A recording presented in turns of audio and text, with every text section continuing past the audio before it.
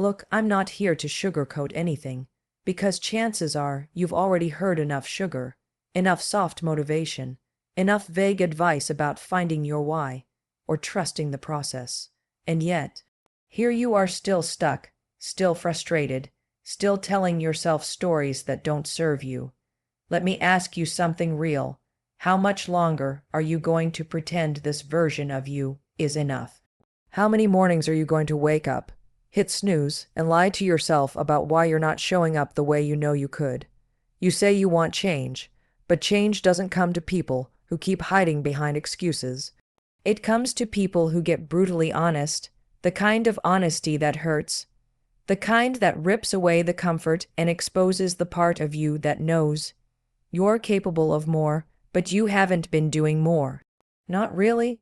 This isn't about motivation. This is about truth. Because once you stop lying to yourself, everything shifts.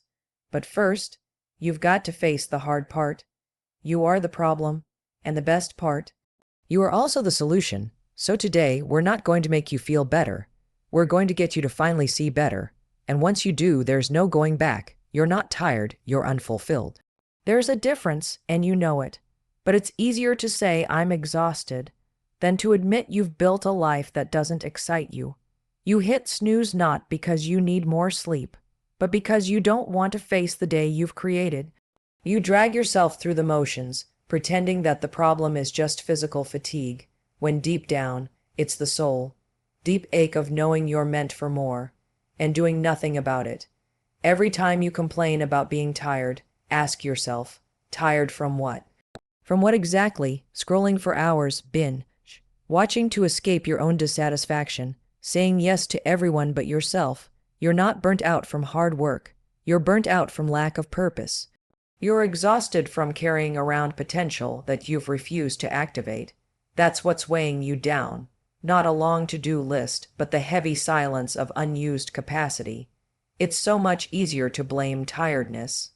It gives you an excuse. It lets you off the hook. You get to stay small, safe, comfortable.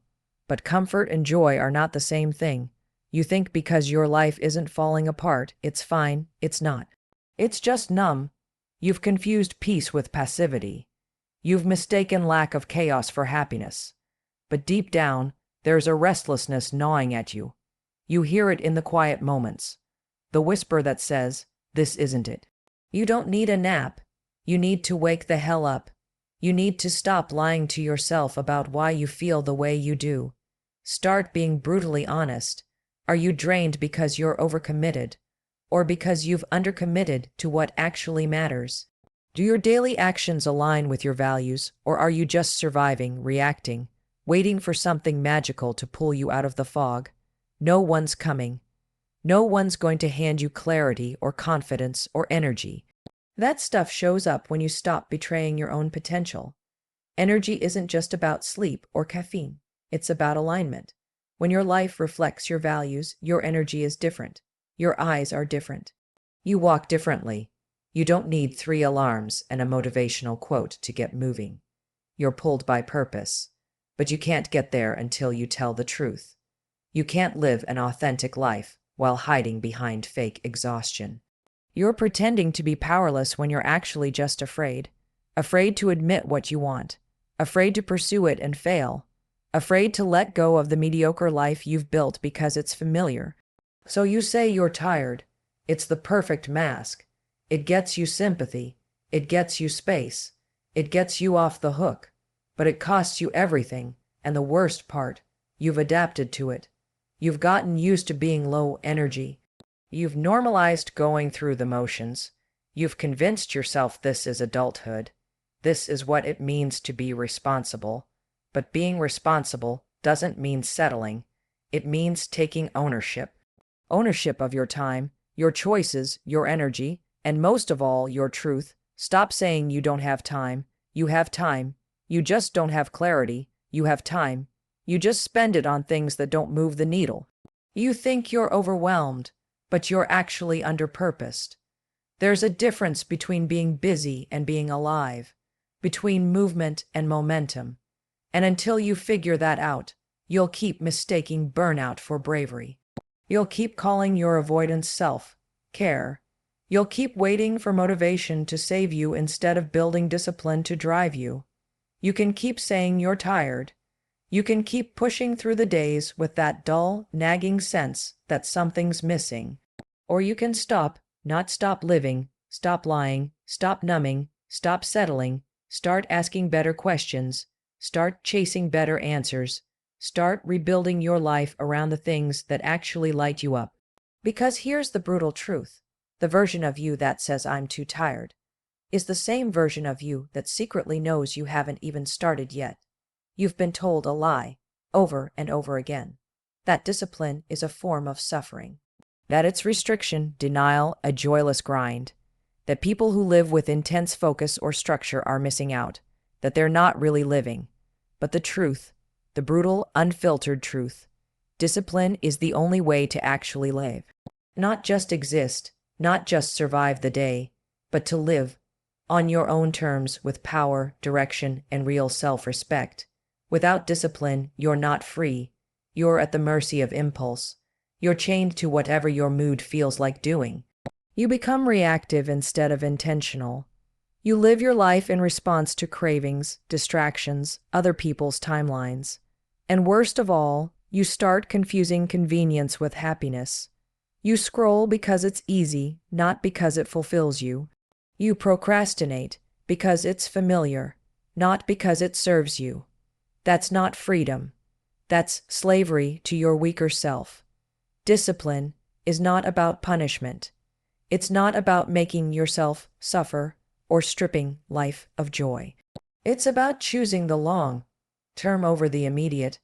It's about refusing to betray your future for the comfort of now. It's about doing what needs to be done, even when you don't feel like it, because your goals, your values, your growth deserve that level of respect. Every time you choose discipline, you cast a vote for the person you want to become. And over time, those votes build a life you don't need to escape from. You want self-confidence, build discipline. You want peace of mind, build discipline. You want freedom to travel, to rest, to say yes to things that light you up. Then start saying no to the habits that dull your edge. There is no hack, no shortcut. It's doing the thing you don't feel like doing again and again until it becomes who you are. So no, discipline isn't the enemy. It's not a harsh teacher. It's the gateway to growth, to strength, to freedom. Comfort feels good, safe, warm, predictable, but it's a liar. It tricks you into thinking that because things are fine, they're right. That because you're not in pain, you're progressing. But you're not. You're stuck. You're caught in a loop that keeps you small, keeps you stagnant, keeps you from becoming who you actually are when you're not protecting your ego. That couch you collapse into every night. That job you hate but tolerate. That routine you swear by that hasn't changed in 5 years. That's your cage. It's padded, sure. It doesn't hurt to stay there, but it's killing your edge. Every time you choose comfort over growth, you shrink a little. You trade expansion for ease. You start living the same day over and over and calling it a life. Real growth, it's uncomfortable, it's awkward, it's terrifying. It feels like exposure, like risk, like stepping off a cliff with no guarantee you'll land. But that's where power lies, on the other side of comfort. Everything you want, discipline, clarity, connection, impact, it's out there in the wild, not inside your little comfort bubble.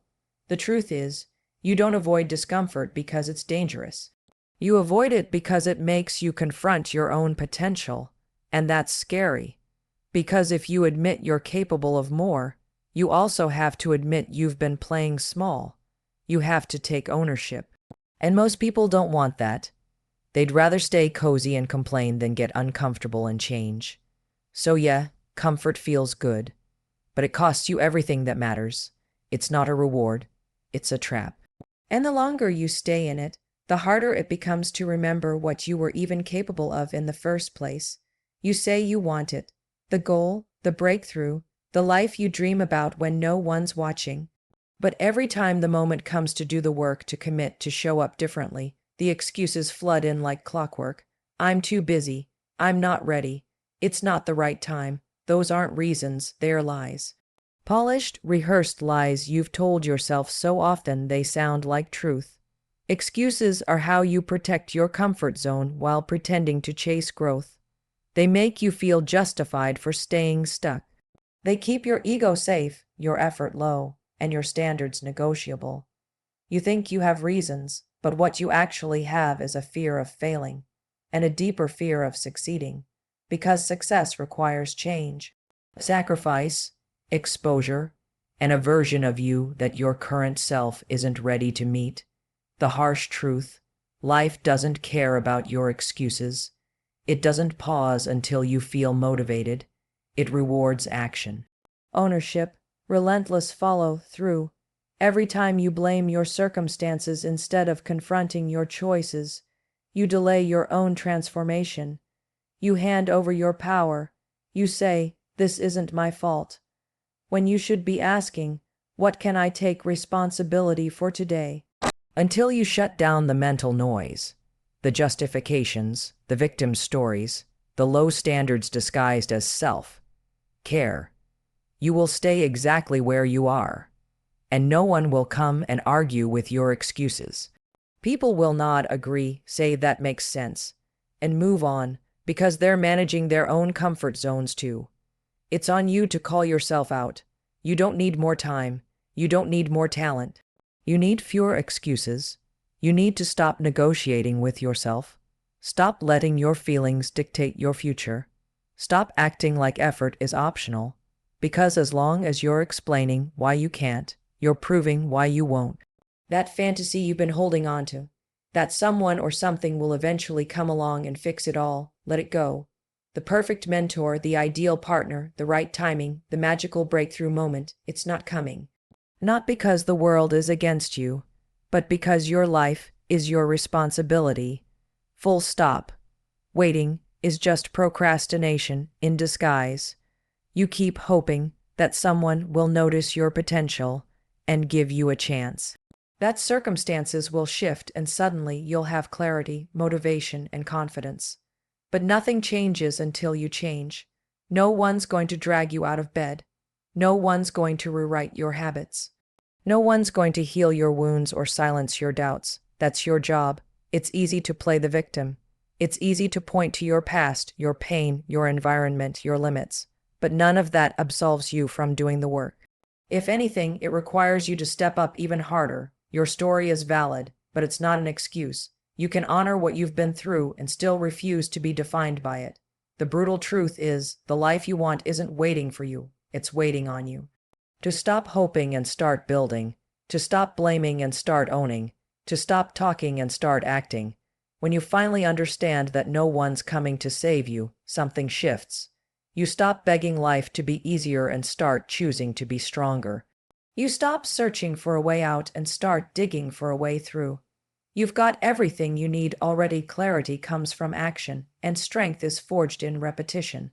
The world owes you nothing, but you owe you everything.